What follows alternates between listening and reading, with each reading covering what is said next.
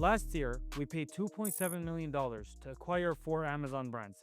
The EBITDA multiple had gone down from 10x in 2020, 2021, 2022 to lately 2 to 3x. But there's a reason for that I didn't fully understand going in. My name is Jasim and Eisa. I'm the CEO and founder of Voadera, a $100 million Amazon e-commerce marketplace company. And in this video, I'm going to share why Amazon brands are so cheap, what's truly valuable about Amazon brands nowadays, the 4 lessons we learned from these acquisitions, and how we plan to utilize these acquisitions, these brands, moving forward. Why Amazon brands are quote-unquote cheap nowadays. The primary reason that you're finding Amazon brands nowadays goes back all the way, obviously, to supply and demand. There's so much supply of Amazon brands flooding the market, and the demand is not there, partially, obviously, due to federal government reasons and macroeconomic reasons. But there's also much more to that. There's the specific economics of Amazon brands that are tough to overcome. The first one is obviously, usually a lot of these brands are started by operators. They're on a downward trajectory. The operators started them in 2015. They put up a hero listing when it was easy to succeed. There was a lot of demand coming onto Amazon. There wasn't enough brands. So if everyone would succeed, you just put up a listing, you get away with a lot of crappy techniques or not subpar tactics that wouldn't fly today. So a lot of people found success, they got momentum, a lot of reviews, ratings, sales, etc., profit, and Amazon fees were cheaper. The dynamic was much less, but then eventually the market adjusted. Obviously everything adjusted to the mean in the middle where market and supply meet each other. And then that's where the brands had to keep up with the latest tech. So they couldn't, they got overwhelmed. And ads got more expensive, CPC went up, the market got more flooded. You saw Chinese competitors, that was the biggest one, the biggest factor, is Chinese competitors coming to the US market, offering it for much, much cheaper. And a lot of these single brand founder operators just couldn't keep up with the latest, and they couldn't keep up with all the latest, basically, tactics. So these people, they realized their brand was on a downward trajectory, and now, lately, over the last couple of years, they're listing on the market. They want to get out, they realize they can't operate that as a part-time and keep their brand successful on Amazon. And the other big reason is obviously aggregators. So many aggregators, whether it's Perch, Thrasio, all over haywire, I think, over the last 3 years, they went out of business. Amber Group is another one. And these guys had dozens and hundreds and thousands of brands that they listed on the market all at once. So there's just so much inventory flooding the market, a lot of old brands that it's now cheap to get. But there's obviously much more that comes with that I'm going to mention later. Another important thing is that Amazon brands, you're not really buying a traditional business like perhaps a car wash or whatever, all that kind of stuff. It needs to be up to date. It's not really where it's consistently growing on its own based on market share or based on a reputation. You own a listing on Amazon. You don't own necessarily a brand, and that's where you have to continuously refine your listing. Unless obviously you have a multi-channel, you have brand equity. Like there's a difference between a Nike, right, and then you just have let's say a shoe listing on Amazon that's just competing on price. There's a huge difference between that, and a lot of people, sadly, they didn't establish a strategic brand. They just put up a listing with a generic brand name, and they just were capturing the demand that was coming to them rather than developing brand equity, brand recognition, all those very important concepts. And over time, that eventually came to bite them. I see so many people kind of get excited that aren't in this space, and they're looking at other deals where maybe the other businesses where multiples are 5, 6x. I mentioned car washes, where maybe it's a steadily growing car wash, it's 5, 6x multiple and all that kind of stuff. And they get lured in seeing a 2 to 3x brand. And like, oh, this is such a cheaper multiple, I'm getting a much better business, it comes with inventory, all this kind of stuff. But what they don't realize what comes with them, we've helped so many brands that have actually partnered with Voadera to get them back on track, that got into Amazon. They didn't realize that Amazon is a full-time gig. You're competing with people that are full-time on there, whether it's Anchor, that are primarily Amazon native. So you can't just run it on the side. You can't run it as a small mom and pop shop. It really is very grueling. It's global. It's not like a local place where you just compete with local competitors. It's a much more grueling and competitive marketplace. And that's where they get lured in. Yeah, maybe you're buying a 2, 3x multiple. Let's say that's 500 grand. So let's just say you're paying 2.25 multiples, or just say 2.5 multiples. So what is that? That's 1.25 million plus inventory, whatever.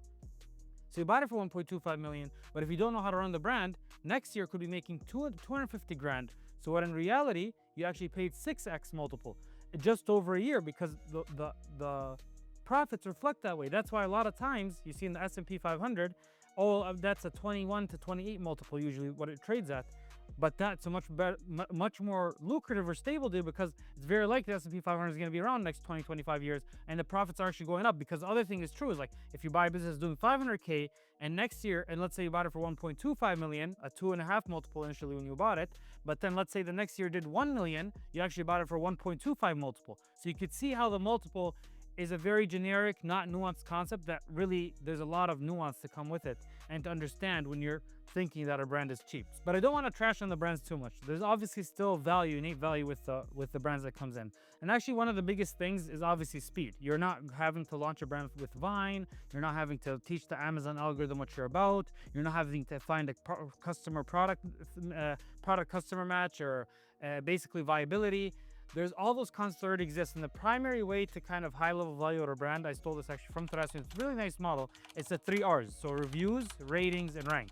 Those are things that you kind of come with a listing and you can just see off the top. Reviews and ratings. So reviews, the amount of reviews a product has. That's one of the primarily moats on Amazon. If you're not a brand equity, brand recognition like Nike or Barbie or Sephora, like let's just say L'Oreal or all these kind of worldwide recognized brand, what else you can win on is the amount of reviews that you have and the ratings that you have with that reviews. And that's one of the main UVPs on Amazon, because if you have 50,000 reviews, so we just bought, for example, a brand has 63,000 reviews, right? The next competitor has 13,000. We have a UVP, we have a moat with that no matter what. So it's automatically, we're gonna have big eyes staring at our listing, and it costs so much money and so much units sold to get to that amount of listing. So that's something that we're buying. We're buying that listing, right? When I said, because we're getting all those reviews, we're getting a good rating. We see that it has a healthy rating. It was 4.4 compared to all the competitors, 4.2. So we know that customers are happy about it. We also look at the rating trajectory. Are customers more or less happy with time? And then we look at the rank. Where is the organic ranking for it? Is it stabilizing? Is it already getting organic rank? Then we know the conversion rate is high.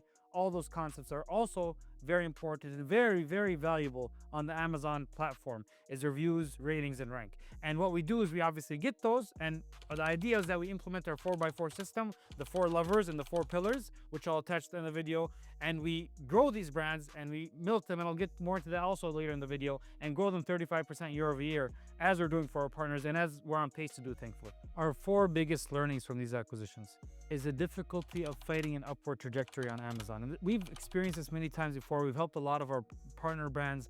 They were once the top of their rating and then go back up. But when we're doing this for brand after brand after brand, it takes a lot of resources. And again, we're taking on brands that were doing millions and millions of dollars in revenue. One of them did at their peak 10 million. When we got it, it was doing 2 million. We want to get it back to its peak. It's not that simple. This is a 80% decline. So fighting against that trajectory, teaching Amazon that you've improved your product, teaching Amazon's algorithm that you deserve to be ranked back on the top.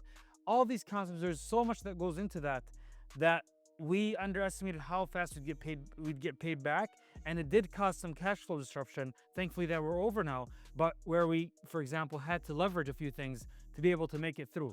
The second lesson was being behind operationally. These brands haven't been updated in years, whether it's SEO, creative, and most importantly, the product itself, which I'll get into later.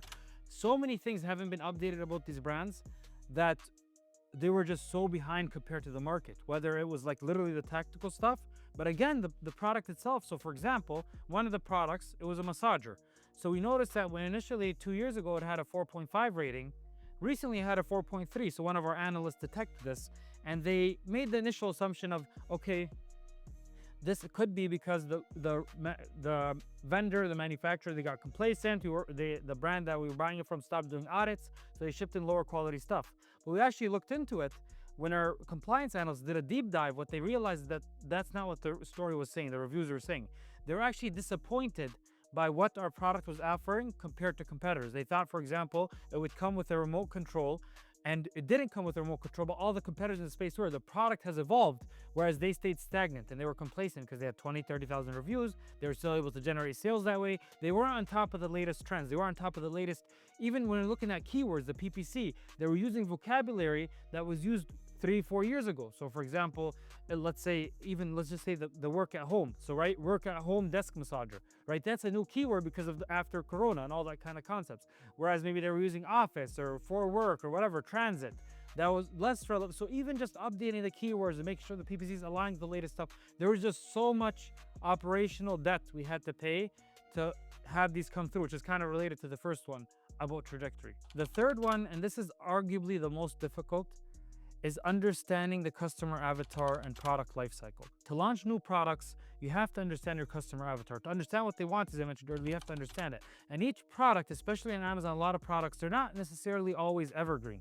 Even when you think of, like I'm shooting on a camera here, there's always new camera trends they have to have. There's always new, for example, even the massager, it was heating. Now the markets are heating and cooling massagers. So we had to update that. The latest colors that are likable. Each product has a life cycle. Even if you think a common example of a garlic presser, now, for example, the past used to be like this, now it's smashing. So just simple understanding that, okay, this product life cycle is done. We have to come up with a new product that matches what our customer avatar wants. But the issue is that when you're buying 4 brands, you have dozens of SKUs, you have to understand so many customer avatars that it's so difficult to cater to. And that's what we optimize ourselves to not develop new products, just keep up with the latest and just maximize the cash cow we have and optimize the Amazon stuff to make the most of it. But I'll get into more of that later. So that's a very, very important concept, is being able to understand the customer avatar. There's kind of a minimal acceptable version that we went with for all the brands, and just developing the basics and just keeping up with the basics to maximize what we can and win on the market share for a certain few elements, kind of Pareto principle 20-80 on what we want. And the fourth concept is marketing versus operations at this stage of the business. These brands were already proven to have market fit. Like I said, they were selling tens of millions, some of them were doing 5, 7, 8 million. They were all approximately in that range. So when we knew the market was there, they weren't marketing issues that a lot of them fell behind. A lot of them were operational issues. I mentioned operational debt before, but even a big one was inventory. So using old concepts, they were using FBA as a storage method. And we talked about how expensive that can be, where compared to AWD or compared to 3PLs. And I made videos on that in the past. But that's just one example. And a lot of the stuff is making sure the operation's tight, being in stock. The 4 pillars that I mentioned earlier, making sure that there's no other buy box on there. Compliance stuff, they were not updated to the latest compliance laws. So focusing so much more on operations than on marketing was a big, big thing for us, especially during the transition period, the first 3 to 4 months. Making sure the listings are healthy, the account is healthy, all that kind of stuff was an extremely crucial point and a big focus of ours as we onboarded the following brands, to make sure that the in-stock was right, the supply chain was right, the compliance was right, the catalog, this was a huge one. The catalog was all over the place. The variations were in everywhere. There wasn't size charts. They were getting returns. Fixing all these ops and then going into marketing was a huge reflection that we had as well. So again, that's the 4 big lessons that we had. What we're doing moving forward with these brands. Our goal with these brands is a few things. So obviously we're going to cut the unprofitable SKUs. We're going to cash cow these brands, use them to fund other projects that we're working on with partners, maximize them the most, to cut unprofitable SKUs, continuing to apply the 4x4 principles to maximize the market share, make as much money as possible we can from them.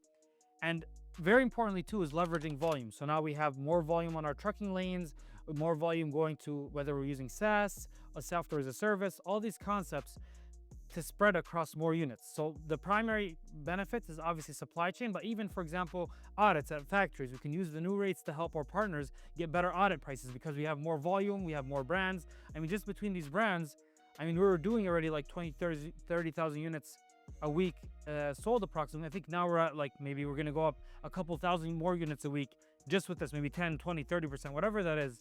That's going to help us leverage additional discounts for a lot of stuff. So that's a primary leverage for it. And the biggest thing actually is we're going to use our own internal brands to test the latest technologies for partners. We don't want to risk anything for our partners. We want to test it on ourselves, whether it's a new concept in the main image, a video, a new feature in Amazon. At least if we risk it, we can quickly correct it. There's no bureaucracy, a lot of time going back and forth with the partner. We also don't risk the brand of the partner, reputation of them. We could test on our own brands, and then whatever works, we can release it to our partners. That's a big, big benefit for us.